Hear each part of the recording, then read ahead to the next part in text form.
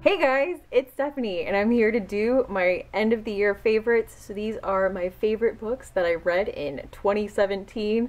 Santa Hat Stephanie is back, here to talk about the books that have been naughty and nice to me. You know what? I don't like that. That didn't work out quite the way I wanted it to. Point being, I wore a Santa hat last year when I did this. I'm wearing a Santa hat now. It's like a thing I do now. Just go with it. I'm not doing these in any particular order. I just find it hard to rank them. There's different things that I liked about all of these, so I found hard to put like a numerical value and rank something higher than something else. So these are just my favorites. There's not 10. I think there might be 8 or 9. I just didn't have 10 books that spoke to me the way that these books did, or that I felt were as masterfully done as these books were. So the first book on this list is Julian Barnes' Sense of an Ending. This book was recommended to me by Liz Schubert, and I'm really glad I finally got around to it. And this story follows a middle-aged divorced man who is forced to reconsider events from his past. He begins to investigate if his recollections line up with the truth about what happened in his past, and just trying to figure out where that leaves him. And he just starts going down this rabbit hole that if he can figure out what happened to this person in his past, he can figure something out about himself, about his life. And this book is tiny. You know, it's less than 200 pages, and it is so great. Because it's so short, it's so succinct, and I don't know what Julian Barnes does, but by the end of this book, you're also obsessing over what happened to that day along with him. This book had me like days after thinking about the events like he saw them, and trying to look for little clues and little meanings just like the main character. So it was just masterfully done. I love books about people looking back on their life and contemplating memory and kind of realizing you're the unreliable narrator of your own story, because memory can change over time and things happen and you might not remember things the way that they happened. And I love stories like that. I would recommend this if you really liked Atonement. There is a lot of similar themes in that, for sure. The next book I loved this year was another recommendation by Liz Schubert. I feel like she kind of knows the kind of stuff that I like, so when she recommends things to me, they usually end up being like out of the park amazing. And this was Olive Kitteridge by Elizabeth Strout. This is a short story novel about a kind of cranky, curmudgeonly woman who lives in Maine with her husband, and in these short stories, we see her at different points in her life. It's not chronological. Sometimes the main character of the story isn't Olive, it's someone else, but she is in the background, and you still just get to see this picture of Olive from all of these different places, from all of these different things that she's gone through. I feel like a lot of the criticism of this novel is that she's not a likable character, but she's not supposed to be. She's a complicated character. She's bringing a lot of baggage with her where she goes, and I don't want to say I relate to her, but I understand her. And I feel like Elizabeth Strout did a great job of portraying a life, just a complex person, and the kind of life that they have. And I thought it was absolutely beautiful. I also recommend the HBO miniseries with Frances McDormand if you have HBO. It was great. I thought it was beautifully done. I thought it went great with the story. My next video was a release that came out in 2017. I did a full review of this because I just loved it.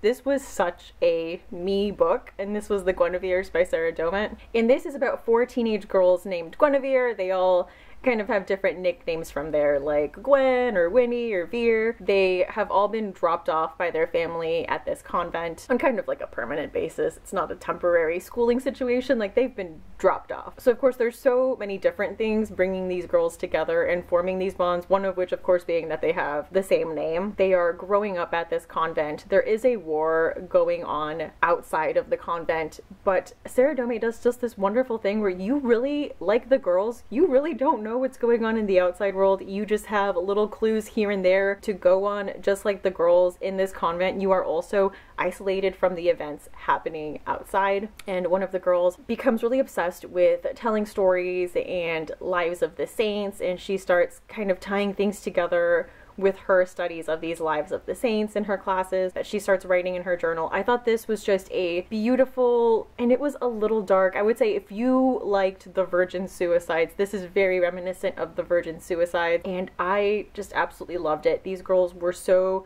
complex, and throughout the story you do get to hear their stories of all the stuff that happened in their life leading up to them being dropped off at this convent.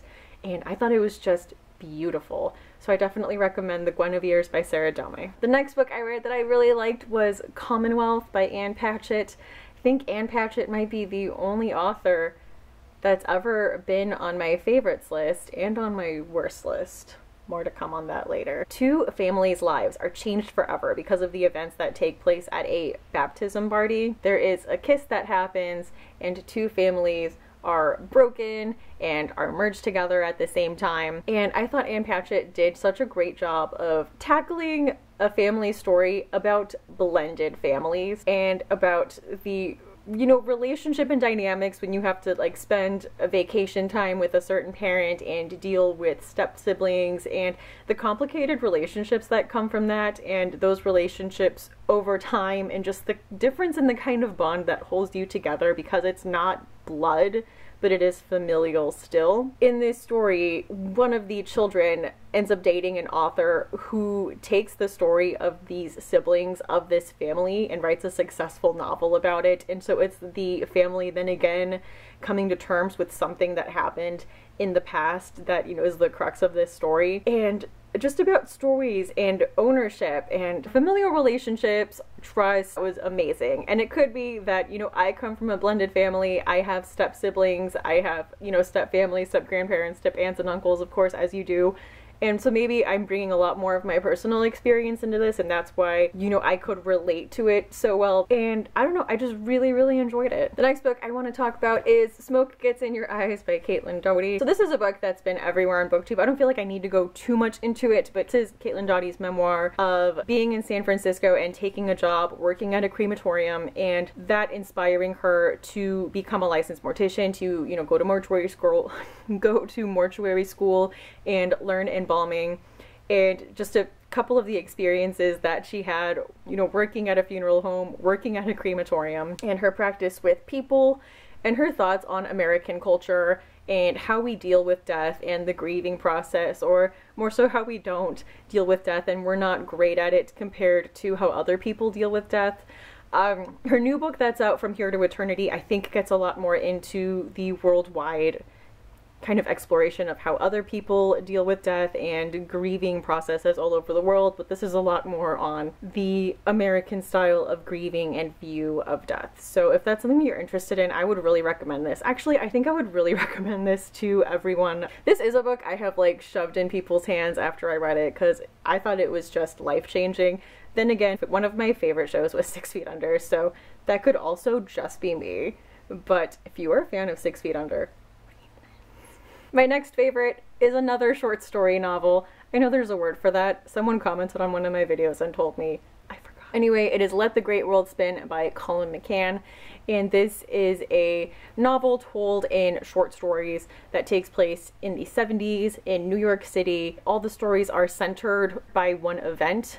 They are all connected to Philip Petit's walk on the wire between the World Trade Centers that happened. And it was just such an event. It was unplanned. It's something that just happened, and, people stopped and stared at it, and, an event that everyone was experiencing, and it connected people that normally wouldn't be connected because everyone was experiencing this event together. And so that happens in the story. All of these stories are connected by that event. There are people that are interacting that normally wouldn't interact. So one of the stories is about a mom who starts attending a support group for mothers who have lost sons in Vietnam. There's a story about an Irish priest. And I just really loved how all of the stories connected. We get a lot of different points of view. There's some stories where you get the wife's perspective, and 3 stories later, you'll get the husband's perspective of what happened to him that day. So it was really, really interesting. It was really well done, and just such a variety of viewpoints. Obviously, like all books like these, some stories were better than others, but it was just such a great experience, and I enjoyed every minute of reading this. My next book is Let the Right One In by Ajvde Lindqvist. And this is a horror story. This is a vampire book. This year I've realized I really like vampires. The bad taste in my mouth I had from Twilight has finally worn off, and I can like vampires again. But I loved this book. This book takes place in Sweden. It's about a 12-year-old boy named Oscar who is severely bullied. And there are some murders happening in around his suburb during this time in the 80s, and Oscar just starts to get these revenge fantasies of his bullies getting murdered. He's an interesting character. Hey, sorry if it's a different angle. My camera died. So then Oscar meets his neighbor, Elly, and she is a vampire. Now, the story is mainly about the friendship between Oscar and Elly, and there was so much I loved about this book, but this book is so dark. So you need to know that if you're going to pick this up and go into it. One, it's slow paced, so if you're looking for like a real fast paced horror novel that's going to scare you, this isn't that kind of horror. This is very kind of slow burn horror, which I love, and this is an example of it done very well. So the friendship is the main part. In the background, there is, of course, horrible bullying going on. There's a character with like a whole pedophilia storyline that is really gross, so heads up for that too. Obviously, there are these murders going on in the background that are grisly and described, and just the scenes where they happen, very horrific. So this book just did so much with vampire tropes in this, you know, cold and frozen Swedish landscape, and just this beautiful friendship that unfolds between two kids was so great, and I loved it. Also, watch the Swedish movie. It's great too. And the last book I want to talk about is a book I read last month. That is Broken Harbor by Tana. That's the 4th book in the Dublin Murder Squad series. So Detective Scorcher Kennedy has the highest solve rate in the Dublin Murder Squad, and he's usually tasked with training the rookies. And he tells them all, you know, it's always the simplest solution. It's always the one that's right in front of your face. But that might possibly change with his new case that he has about this family with small children who is found murdered in a subdivision that looks like went under. You know, most of the houses are empty. This is after the recession, and I loved this story. I thought it was such a great story, especially about like one family suffering the effects of the recession. I kept thinking about The Big Short, and obviously The Big Short did have a little bit of compassion towards people, and you know what happens when you're a victim of the recession and just the downward spiral from there. But you know, it was only a snapshot. This was really about this family, and you really got to see their life. And Tana French always handles things like class and money and appearances and things like that in the periphery, while still focusing on this mystery and writing these great characters that are bringing their own personal stories and sometimes baggage and connections with the case that they're working on.